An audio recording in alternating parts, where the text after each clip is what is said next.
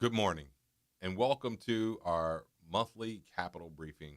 I'm Don Bird, founder of Bird Financial Group, and today I want to spend some time talking about something that sits at the center of how I think about financial planning, life, and ultimately wealth. The idea is very simple: wealth is bigger than money. Now, I want to be careful right from the beginning. I'm not saying money doesn't matter. Money matters enormously. What I'm saying is that money is only one part of the wealth we spend our lives building. And if we only measure the money, we can miss a tremendous amount of what actually makes someone's life work. So today, I want to introduce you to a broader way of thinking about wealth, one that looks not only at what you've accumulated, but at what you've learned, what you've built, who you've become, the relationships around you, the household you're supporting, and the household supporting you, the opportunities available to you, and ultimately what all of those resources are making possible. That's what we're going to be talking about today. So let's jump right in to slide number one. Wealth is bigger than money. Most traditional conversations about wealth begin with a handful of questions. How much do you earn? How much you have saved? How much is in your retirement account? What's your net worth? Those are all good questions, and they're important for sure. I've spent my career helping people answer questions exactly like these. But eventually, I start asking myself, are these questions enough? Because you can know someone's income, you can know their portfolio, you can know the value of their house, you can know exactly what their net worth is, and still know surprisingly little about whether that person is actually positioned to build the life they want. That's the premise we're starting with today. Important questions, incomplete picture. We've been taught to measure wealth with money, and this is how most of us have been conditioned to think about wealth: income, savings, investments, property, retirement accounts, net worth. And of course, there's a reason for that, because they're all visible, they're easily measurable, they're easy to put on a statement. I can hand you a balance sheet and tell you exactly how much you own and how much you owe. But here's what's interesting: some of the most valuable resources in your life will never appear on that balance sheet. Your knowledge isn't there. Your health, where's that? Your relationships, the people who support and inspire you, where are those people on your balance sheet? Your reputation is not on your balance sheet, but it certainly does impact the bottom line. Your judgment, it's not there. Your ability to walk into a difficult situation and solve a problem, it's not there. And yet those things can completely change your financial life. So maybe the issue isn't that we've been measuring the wrong things. Maybe we've simply been measuring too few things. Now, on to the next slide. Money does matter, of course, right? But money is not the whole story. Financial capital can create a level of security. It creates flexibility. It definitely gives you access. It creates opportunity. It gives you choices, and it can protect your family and certainly give you a level of independence in your life. A lack of money can place tremendous pressure on a household. So, this argument is not an argument against building financial wealth.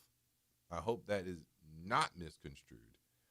It is quite the opposite. I believe we should build it, we should protect it, we should invest it intelligently, use it intentionally. But money alone cannot guarantee health. Money alone cannot guarantee purpose or give you discipline or manufacture trust. It can't guarantee strong relationships. It can't guarantee your fulfillment. And it certainly cannot by itself define your legacy. Financial capital is an essential tool, but the real question is, what is the tool for? And my answer and our answer here at Bird Financial Group is that it should support the life you're trying to build. All right.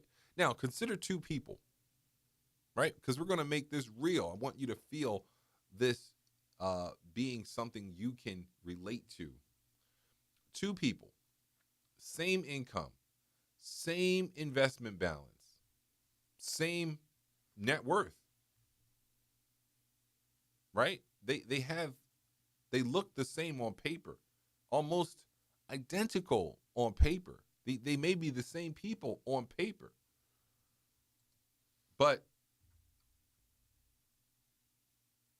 when you look beyond the numbers, when you look beyond the $250,000 of income, when you look beyond the $1.5 million investment portfolio and the $2.1 million net worth, right? Because traditional financial analysis might look at these two people and say, pretty similar situation, pretty similar people. But see, we look under the numbers. Person A has strong health, a stable family, valuable skills, trusted relationships, clear purpose, and healthy financial behavior. Those are strong attributes that easily can strengthen your balance sheet, your holistic balance sheet. Whereas though person B has poor health, unstable family life, limited skill growth, weak relationships, unclear purpose, and unhealthy financial behavior. Are these two people equally wealthy? They may be financially equal today, but do they have equal resilience, equal opportunity, equal ability to respond when something goes wrong, equal ability to make good decisions, equal capacity to keep building? Now, I don't think they do. We know they don't, based on how we've assessed their entire lives, right? And that distinction is central to capital planning. Equal numbers do not necessarily mean equal lives. Here we take a more complete definition of wealth. Wealth is the collection of capital available to help you build, protect, and sustain a better life. Money is absolutely included, but so is everything else you spent your life learning, developing, building, and becoming. That changes the questions. The question is no longer only how much money do I have? Now I can ask, what capital have I built? What capital am I currently using? What capital am I neglecting? And ultimately, what kind of life is my capital helping me create? Those are capital planning questions that we go through in our capital planning process. Now, I'd be remiss if I didn't talk to you about the 8 capitals. And Bird Financial Group recognizes 8 interconnected forms of capital, and we've organized this into thinking that is the infrastructure to our capital planning. Of course, we have human capital, employer capital, right? The benefits that you get from your employer. Financial capital, which is what we mostly talk about. Household capital. What's the strength of your household and your family unit and the systems and the processes that run that efficiently? Behavioral capital, social capital, civic capital, and legacy capital. And what's important here is that these are not 8 isolated boxes. They're all connected. One form of capital can strengthen another form of capital. Neglect in one area can eventually weaken the others. Or at least if one area becomes weak enough, it can definitely put pressure on the entire system. So let's take a moment and walk through each form of capital. First, we have human capital. This is what you know and what you can do, your knowledge, your skills, your education, your experience, your health, your energy, your creativity, your judgment, your earning ability, your capacity to grow. All of it. For most of us, human capital is actually the first asset we use to create financial capital. Think about it. Before there was an investment account, there was the ability to work. Before there was a business, there was an idea or a skill. Before the promotion at work, there was experience. Before someone paid you for your expertise, you had to develop the expertise. So human capital is a form of wealth. Your ability to learn, create, solve problems, adapt, and perform has economic value. And because it has value, it has to be developed. It has to be protected. It has to be intentionally deployed. Next, we have employer capital. And I think this is an area where people leave a tremendous amount of value on the table. Most people think about their job in terms of salary, take-home pay. How much do I make? But your employment may contain an entire ecosystem of value that you may be unaware of or simply not taking advantage of. Of course, you have salary. A lot of jobs come with bonus potential, retirement plans that are funded by your employer. Of course, employer match to that retirement plan if you're funding it. Health insurance, stock compensation, pensions, deferred compensation, PTO, other professional development opportunities, workplace relationships and networking, and of course, career opportunities that you might have inside the company or with people you've met from that company and your broader network. It might be financing, the company might be financing your retirement, like we said. It might be likely financing your health care. Of course, it's helping you build your professional network, and the professional development opportunities are clear. You may be getting payments from your employer to develop your expertise that will increase your income over the course of your career. So employer capital asks a really simple question. Am I fully recognizing and using the value available through my work? Because a job can be worth a lot more than the number on your paycheck. And we want to help you figure out what that is and maximize that number. Next is financial capital, the capital that we're most familiar with, the money and assets that you control. Income, cash, savings, investments, retirement accounts, your business, real estate, insurance, credit, and other assets and financial flexibility that you might have as a result of your financial capital. Financial capital helps protect the household.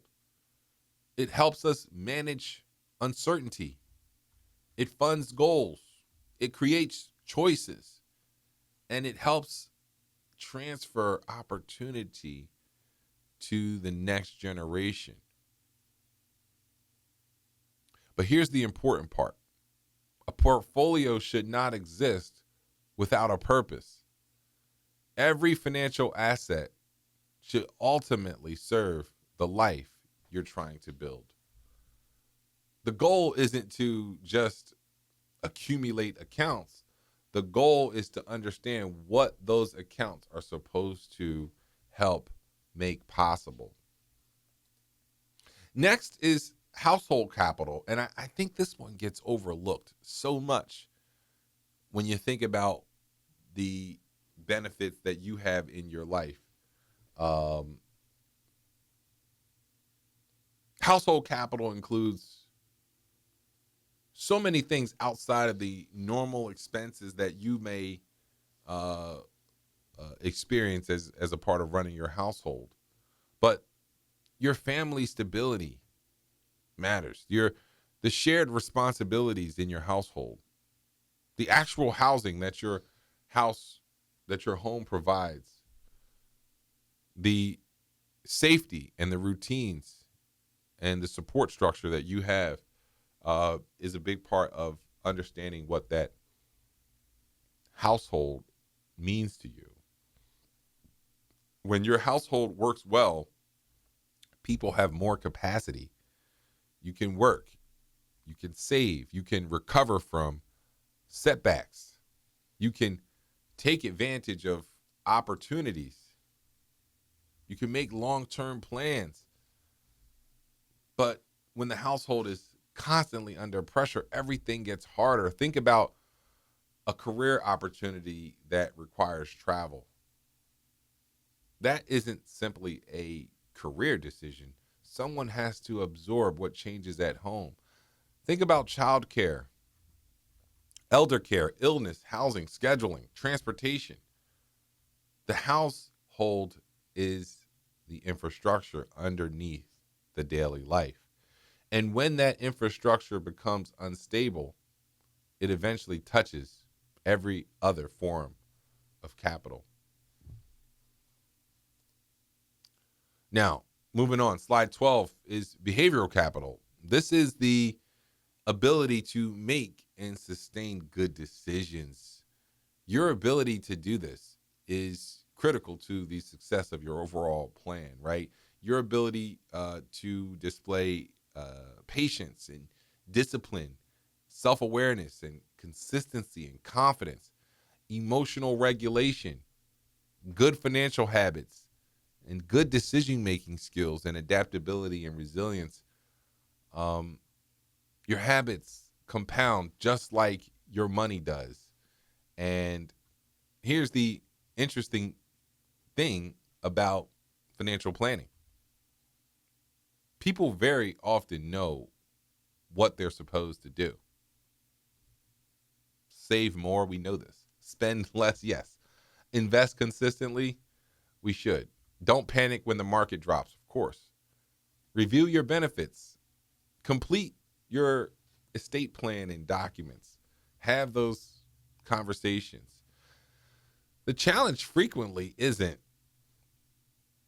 information, the challenge is behavior.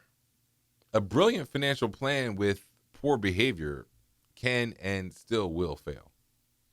And two people can receive exactly the same opportunity and produce completely different outcomes because they manage themselves differently.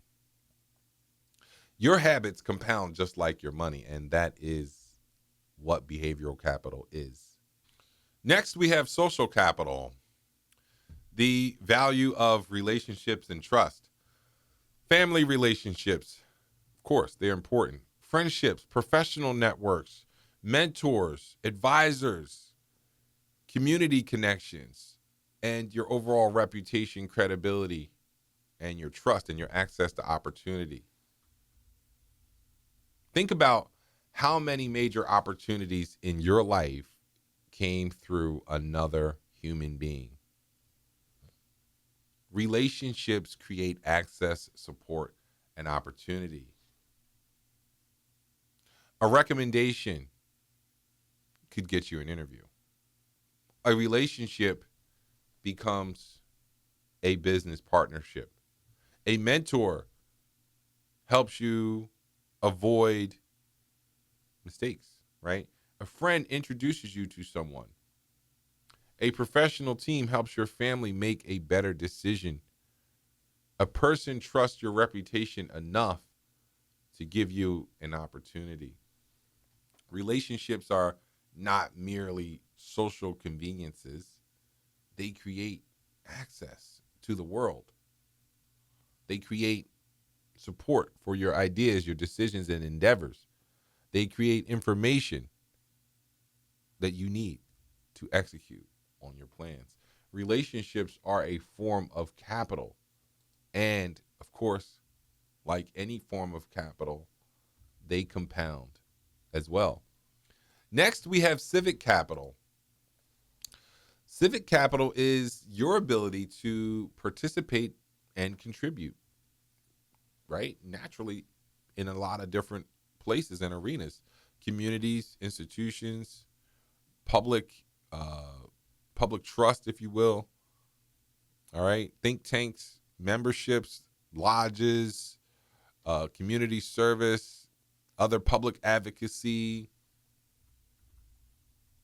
Wealth isn't only about what happens inside your own household. Wealth also exists inside communities. We are in the community as well, outside of the household. Schools, neighborhoods, religious institutions, professional associations, nonprofit organizations, civic organizations, local government, networks of people trying to solve problems together. Civic capital asks, how does my presence strengthen the communities to which I belong? Because participation, trust, leadership, and contribution all have value too. And finally, we have legacy capital. What continues because you were here? We often reduce legacy to inheritance, of course. How much money did someone leave behind? Inheritance matters, of course, but legacy is much larger than the assets transferred at death. Legacy includes your values, your stories, your wisdom, your traditions, your financial assets, your businesses, your institutions, your property, your relationships, your lessons, your opportunities that you might have created for someone else, right? Your children are forming an understanding of money by watching the way you live. People are forming an understanding of your character by experiencing you.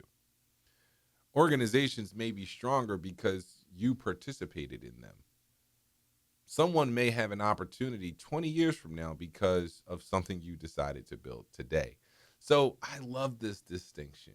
Legacy isn't merely something you leave, legacy is something you live. Now, how are all these connected? Let's bring it all together.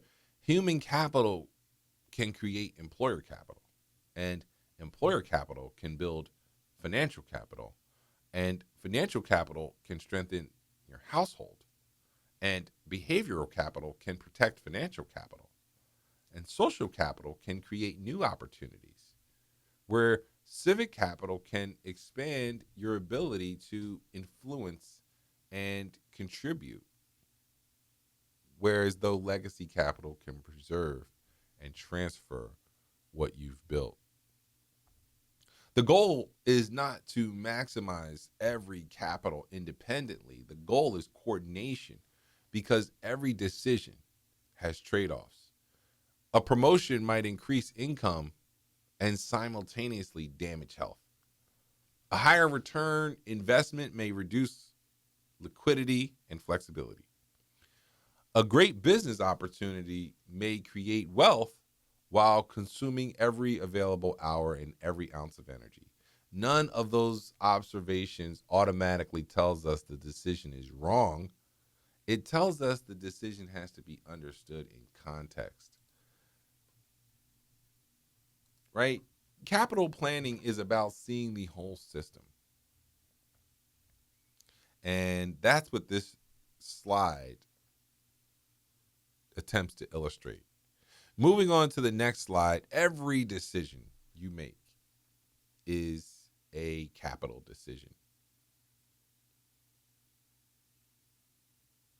When you say yes to one opportunity, what are you saying no to?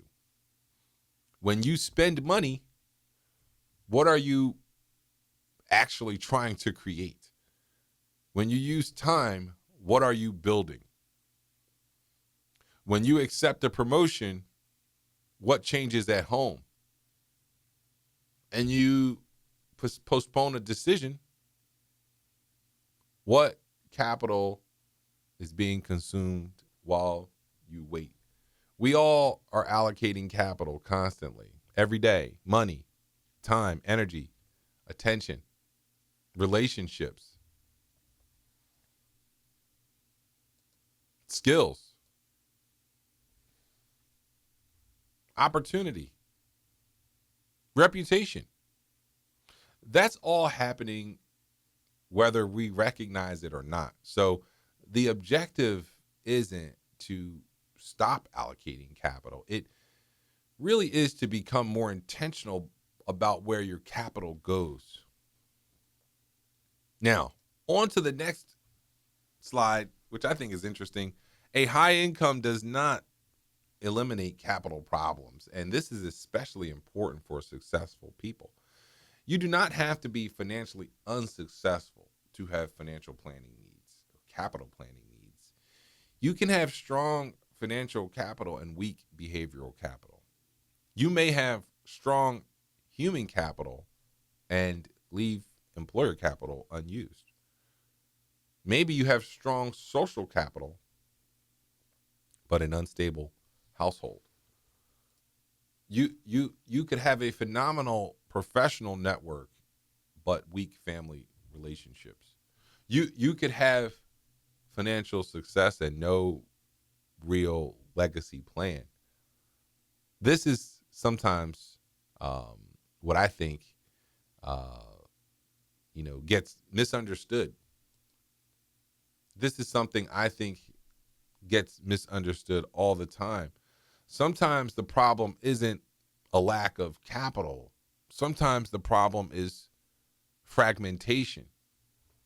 You have the accounts, you have the income, you have the benefits, you have the property, you have the responsibilities, you have goals, you have professionals giving you advice, but none of it is coordinated around one life. That's where planning becomes valuable. Coordination turns resources into results. And that brings us to the purpose of capital planning. I think about capital planning through 5 actions. All right. First is recognize what forms of capital you possess. Strengthen. Number 2, strengthen. Where are you vulnerable or underdeveloped? Number 3 is to coordinate. How should the resources work together? Number 4 is allocate. Where should your capital be directed? And lastly, of course, steward. Where are you responsible for building, protecting, and eventually transferring your capital? And finally, steward. What are you responsible for building? What are you responsible for protecting and transferring? Capital planning begins with the person rather than a product. This isn't simply what investment should I buy? It's what's happening in the life surrounding this investment. What are you trying to accomplish? Who depends on you? What decisions are coming? What are you worried about? What have you built already? What needs to be protected? The financial products come later. The person comes first. Now, at the end of this, I want to make this practical. I want to make this something you can use. So this is your chance to perform your own capital reflection. I don't want you to leave this presentation simply knowing 8 new terms. I want you to think about your own life. Ask yourself, what capital have I spent my life building? Which form of capital is strongest today? Which form of capital needs attention? What am I currently protecting? What am I unintentionally consuming? What opportunity am I failing to use? What kind of life is my capital creating? And what do I want my capital to make possible? And when you answer these, don't answer only in dollars, right? Of course, that's how we think. But naturally, think outside of dollars. Maybe your strongest asset in 30 years is your experience. Maybe it's your relationships. Maybe it's your ability to lead. Maybe financial capital is doing well, but your household capital is under pressure. Maybe your career is thriving, but your health has been ignored. The purpose of this exercise isn't judgment, it's awareness. You can't intentionally steward something you haven't first recognized. Which leads us to the next slide. Wealth is not merely what you accumulate, right? It's what you can do with it, right? It's what you can build with the wealth. It's what you can protect. It's what you can experience. It's what you can contribute or sustain, share, transfer. It's what you can make possible. The purpose of wealth is not accumulation for accumulation's sake. The purpose of wealth is to create the capacity to live, contribute, adapt, and care for the people and responsibilities that matter to you. The purpose of wealth is to create choices and to make something possible that could not have happened otherwise. So perhaps the question shouldn't simply be, how much money do I have? That is still a useful question, but there's a better one. What capital have I built? And what kind of life is it helping me create? Money is part of that answer, but it is not the entire answer. A better life requires intentional stewardship of everything you've spent your life building. Now, your next meaningful decision. I don't want this idea to overwhelm you. You don't need to leave this presentation and solve your entire financial life tonight. That is not what I am asking you to do, and that is not the goal of this presentation.